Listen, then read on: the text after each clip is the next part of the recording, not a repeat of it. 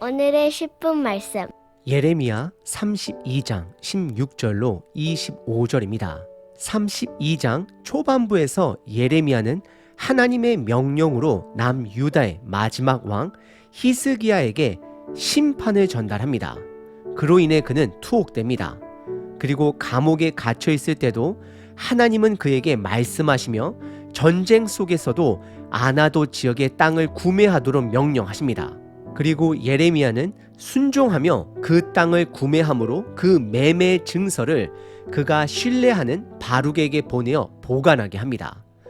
바로 그 땅 매매 행위는 다시 회복될 이스라엘을 예언한 것이었습니다. 그리고 오늘 본문 예레미야는 하나님께 기도하기 시작합니다. 그의 기도는 지금 저와 여러분들의 상황을, 이 시대를 대변하는 것 같습니다.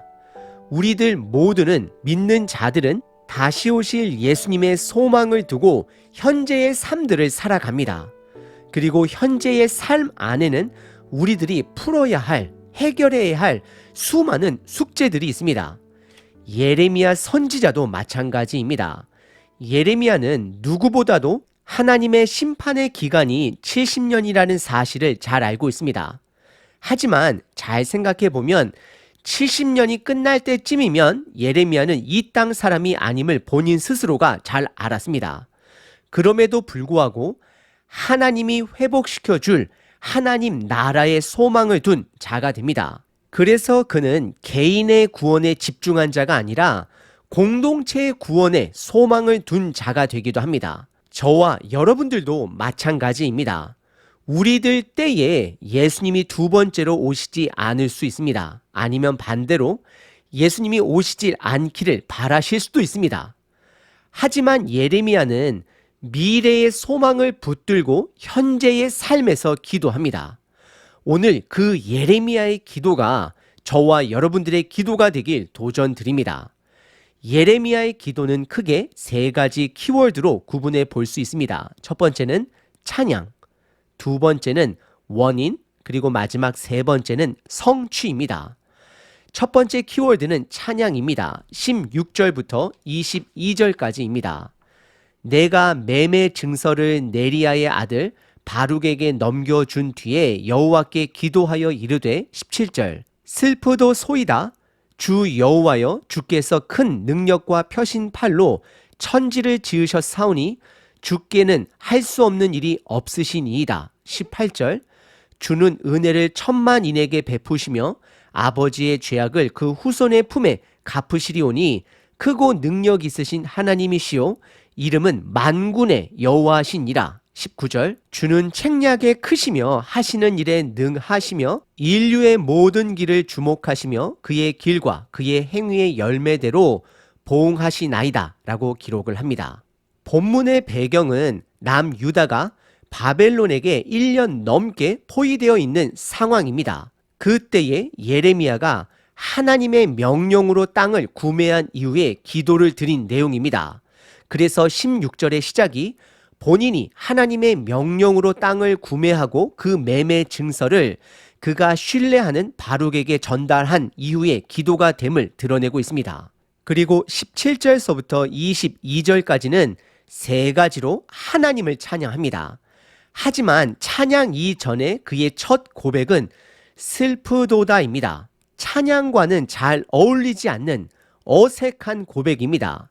크게 두 가지 어색함이 있습니다. 첫 번째는 땅 매매 행위는 분명 회복될 이스라엘을 예언한 것입니다. 하지만 바로 이어지는 고백이 슬프다라고 말하고 있습니다. 어울리지 않습니다. 그리고 두 번째는 하나님을 찬양하는데 시작 부분을 슬프다라고 외치고 시작을 합니다. 어울리지 않습니다. 왜 예레미야는 찬양을 앞두고 슬프다라고 고백을 했을까요? 왜냐하면 현실 자체가 슬프기 때문입니다. 본인은 지금 감옥 안에 갇혀 있고 남유다는 바벨론의 포위가 되어 멸망을 코앞에 둔 상황이기 때문입니다. 저와 여러분들의 삶도 어찌 보면 마찬가지입니다. 우리들 모두는 예수님 두 번째 오심의 소망을 두고 현재의 하루하루의 삶을 살아갑니다. 하지만 그 하루의 삶 안에는 우리들이 헤쳐나가야 할 많은 일들이 있습니다. 사건들이 있습니다. 그래서 예레미야는 슬프도다를 먼저 고백을 합니다. 그리고 이어서 세 가지로 하나님을 찬양합니다. 첫 번째 찬양은 창조주 되신 하나님을 찬양합니다. 먼저 18절에 하나님은 온 인류에 은혜를 베푸시는 분 되심을 찬양합니다. 그리고 죄악은 반드시 갚으시는 하나님 되심 또한 드러내고 있습니다. 결국 온 인류를 주관하시는 만군의 하나님을 찬양하고 있는 것입니다. 그리고 19절에 창조주 하나님의 능력을 보다 구체적으로 찬양을 합니다. 그것은 모든 인류들의 삶을 지켜보시며 그들의 행위대로 갚으시는 심판자 되신 하나님을 찬양합니다. 그리고 두 번째 찬양은 과거 역사 속 출애굽 사건 때를 찬양하고 있습니다. 20절과 21절에 주께서 애굽 땅에서 기적을 통해 그들을 광야로 인도하신 사건을 찬양합니다.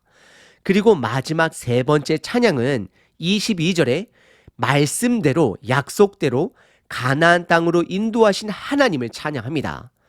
오늘 본문의 첫 번째 부분은 예레미야의 찬양입니다. 그는 찬양을 드리기 전에 슬프도소이다라고 고백을 하며 첫 번째로는 창조주 되신 하나님의 능력을 찬양하였고 두 번째는 애굽의 노예로 있었을 때에 그들을 구원해 주심을 찬양하였고 마지막 세 번째는 말씀하신 대로 약속의 땅으로 인도해 주셨음을 찬양합니다.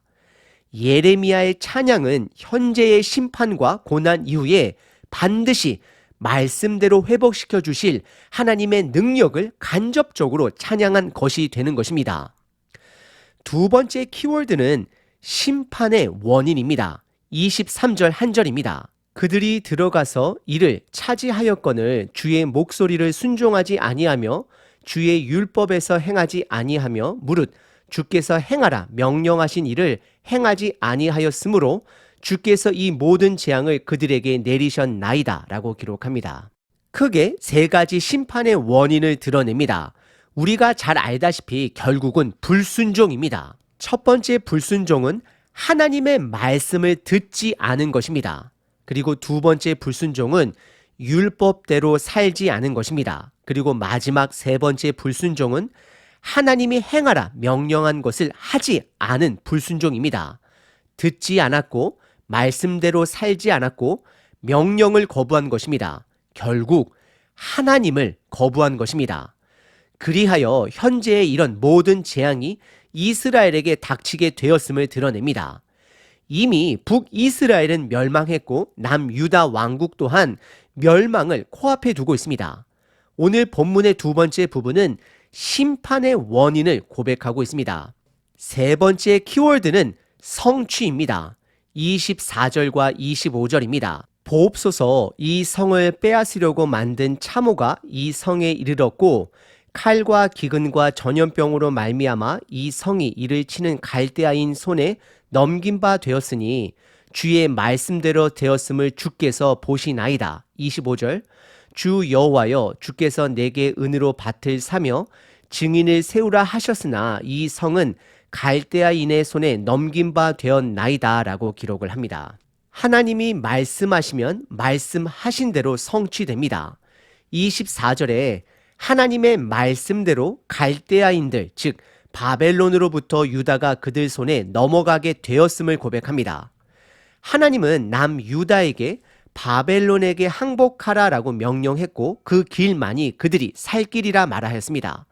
하지만 그들은 끝까지 반항하며 듣지 않았습니다.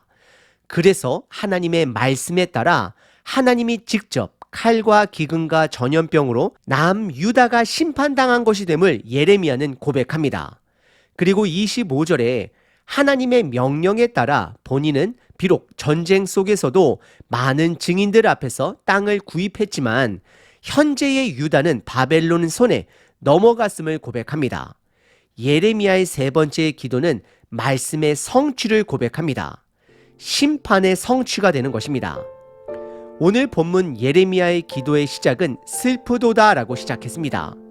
저와 여러분들 또한 분명 예수님 안에 소망을 두고 살지만 현재의 삶을 보면 슬프다라고 고백이 터져 나올 수 있습니다.